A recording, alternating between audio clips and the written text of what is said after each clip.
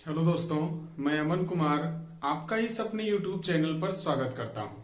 पिछली वीडियो में हम लोगों ने कुछ इम्पोर्टेंट क्वेश्चंस को किया था और जो क्वेश्चंस किए थे वो आपके इलिमिनेशन यानी कि विलोपन विधि पर बेस्ड थे। आज हम लोग उसी इलिमिनेशन मेथड पर बेस्ड कुछ और इम्पोर्टेंट क्वेश्चंस को जानेंगे।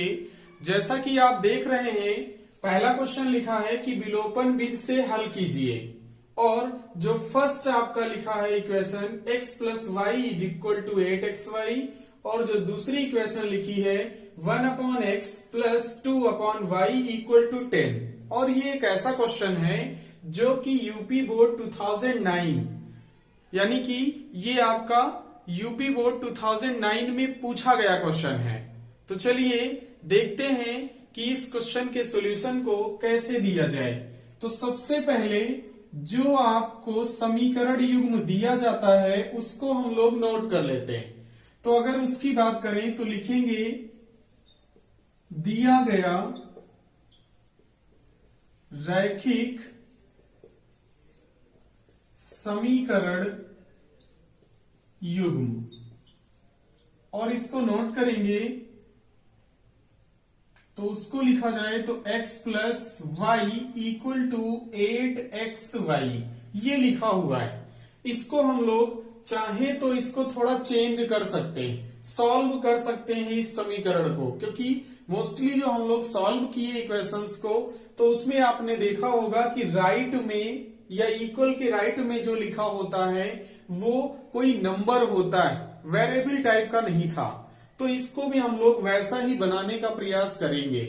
तो अगर हम लोग देखें कि यहां पर अगर सिर्फ नंबर जैसा दिखे तो ये जो एक्स वाई है इससे डिवाइड करना पड़ेगा। तो लिखेंगे कि दोनों पक्षों में एक्स वाई से भाग करने पर, यानी कि अगर एक्स वाई से दोनों साइड में डिवाइड कर दिया जाए तो वहां से ये जो आपका है यानी कि ये एक्स वाई हट जाएगा। तो उसको लिखेंगे यानी कि x अपॉन में x y plus y upon x y equal to 8 into x y और अपॉन में एक्स वाई ऐसे राइट किया जा सकता है। अब इसको हम लोग कैंसिल करना चाहें तो ये एक्स वाई से एक्स वाई कैंसिल हो जाएगा। वैसे ही x से x कैंसिल हो सकता है, y से y भी कैंसिल हो जाएगा। उसके बाद जो लाइन दिखेगी वो आपको दिखेगी, यहां से लिखना चाहे तो लिख सकते हैं 1 अपॉन वाई प्लस ये 1 अपॉन एक्स यानी कि ये ऐसे इक्वल टू 8। इसको हम लोग थोड़ा सही करके लिखना चाहें तो लिख सकते हैं और ये आपको 1 upon x plus 1 upon y equal to 8 इसको भी लिखा जा सकता है। अब इसको हम लोग कंसीडर कर लेंगे ये समीकरण 1 और उसके बाद दूसरे वाले समीकरण को हम लोग लिखेंगे। तो दूसरा समीकरण जो दिखेगा वो आपको दिखेगा यहां से 1 अपॉन एक्स प्लस का 2 बाई y इक्वल टू 10 और इसको हम लोग समीकरण 2 कंसीडर कर लेंगे। अब उसके बाद अगर इन दोनों को हम लोग देखें तो ये जो आपका 1 अपॉन एक्स टाइप का जो लिखा है इन दोनों का कोफिशिएंट इक्वल है। तो यहां से हम लोग राइट कर लेंगे कि जो है एक दूसरे को अगर सब्ट्रैक्ट कर दिया जाए तो आसानी से एक वेरिएबल में इक्वेशन कन्वर्ट हो जाएगी। तो लिखेंगे समीकरण 1 में से समीकरण 2 को घटाने पर और उसके बाद उसको सब्ट्रैक्ट कर दिया जाएगा। तो सब्ट्रैक्ट करें यहां से तो उसको राइट करेंगे 1 upon x plus 1 upon y equal to 8। तो ये 8 हो जाएगा और जो दूसरा समीकरण है 1 upon x plus 2 upon y और इक्वल टू ये 10। और उसके बाद आपको पता होगा जब हम लोग सब्ट्रैक्ट करते हैं तो साइन भी चेंज करने पड़ते हैं, यानी साइन को भी चेंज करना पड़ेगा। तो साइन को चेंज करें तो इसका साइन प्लस है तो ये माइनस हो जाएगा, और इसका भी साइन प्लस है तो ये माइनस हो जाएगा, और इसका भी साइन प्लस है इसलिए ये भी माइनस हो जाएगा। अब उसके बाद अगर हम लोग इनको कैंसिल करें तो ये 1/x से कैंसिल हो जाएगा, क्योंकि इक्वल लिखा है और वो अपोजिट साइन है उसके, इस वजह से कैंसिल हो गया। अब उसके बाद इन दोनों को सॉल्व करें तो ये लाइन आपको दिखेगी, यहां से इसको सॉल्व करें तो ये -2/y और ये प्लस का 1/y और इक्वल टू आपका ये 10 में से 8 सब्ट्रैक्ट करना, क्योंकि इसका साइन माइनस है इसका प्लस है, तो ये -2 आपको दिख जाएगा। उसके बाद और सॉल्व करें तो इन दोनों के डिनोमिनेटर इक्वल थे, तो उसको सॉल्व करेंगे तो वो लाइन आपको, ये y को हम लोग 1 टाइम राइट करेंगे और इन दोनों को सॉल्व कर लेंगे तो -2 + 1 = -2 ये दिखेगा। उसके बाद इसको सॉल्व करें तो यहां से 2 में से 1 ये दोनों सॉल्व करें तो -1 मिलेगा, तो -1 और अपॉन में ये y = -2 और इस माइनस से माइनस ये आपका कैंसिल हो गया, तो जो फाइनल लाइन आपको दिखी वो 1/y = 2 दिखा। अब y का यहां से आपको क्या करना है कि इसमें या तो आप इसको ये कहें कि इसका रेसिप्रोकल लेना इस लाइन का, या फिर y का इधर मल्टीप्लाई करा दें और 2 को अपॉन में लेके चले आए। तो यहां से लाइन दिखेगी 1 = 2 × y, और y की वैल्यू जब फाइंड करना हो तो y = 1/2 ये आपको दिख जाएगा। अब उसके बाद ये y का मान ले जा करके हम लोग फर्स्ट में या 2 किसी में पुट कर देंगे और वहां से x की वैल्यू को प्राप्त कर लिया जाएगा। तो लिखें, तो अब उसके बाद राइट करेंगे प्राप्त y का मान समीकरण 2 में रखने पर, 2 में जब हम लोग रखेंगे ये आपका समीकरण दिख रहा है, इसी में पुट करेंगे तो वो दिखेगा, इसमें पुट करें तो 1/x प्लस, तो यानी कि ये 2 और अपॉन में y के प्लेस पर ये हाफ, y के प्लेस पर 1/2 पुट करना है, तो ये y है यानी कि 1/2 और इक्वल टू में 10, ये ऐसे हो जाएगा। अब उसके बाद इसको सॉल्व करें तो वो 1/x और प्लस ये 2 और ये 2 ऊपर जाएगा और अपॉन में 1 और ये ऐसे 10, यानी कि 1/2 लिखा था वो 2 न्यूमरेटर में जाएगा तो वो 2 से 2 इंटू हो जाएगा तो 4 मिलेगा। वहां से देखा जाए तो 1/x इक्वल टू ये आपका 4 दिखेगा प्लस में 4 इक्वल टू, और ये जो 10 है वो 10।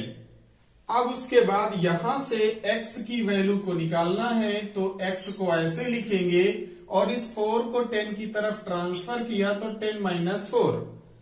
अब उसके बाद इसको और थोड़ा सॉल्व करें तो 1/x = ये आपको दिखेगी लाइन कि ये 6 बचेगा, और यहां से इस लाइन का रेसिप्रोकल करें तो x की वैल्यू जो आपको मिलेगी 1/6।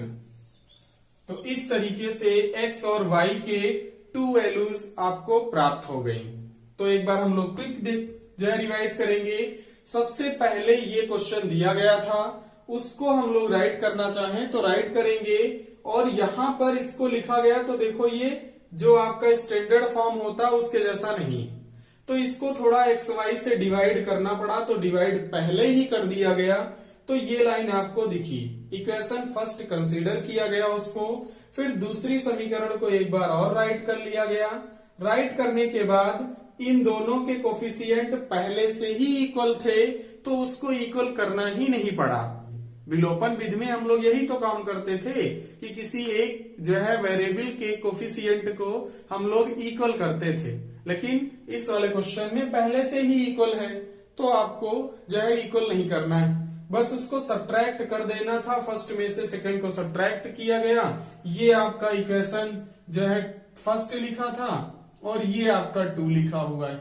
दोनों को सब्ट्रैक्ट करेंगे तो ये लाइन आपको दिखेगी। y की वैल्यू को निकाला गया तो y is equal to half मिलेगा, यानी कि जो समीकरण आपका 2 था उसमें रख दिया गया। जब रखेंगे तो ये सॉल्व किया गया, कैलकुलेशन हुआ तो x की वैल्यू वहां से 1/6 मिल गई। तो इस तरीके से इस वाले क्वेश्चन का आंसर कंप्लीट हो जाता है। इसका स्क्रीनशॉट लेना चाहे तो ले सकते हैं।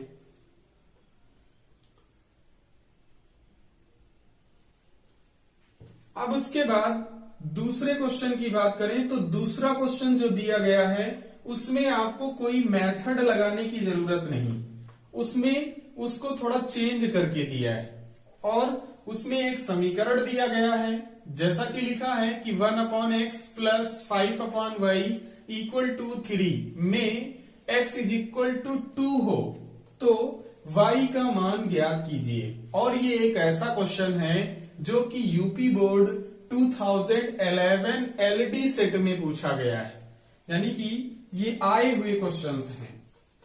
तो उसको भी हम लोग राइट करेंगे।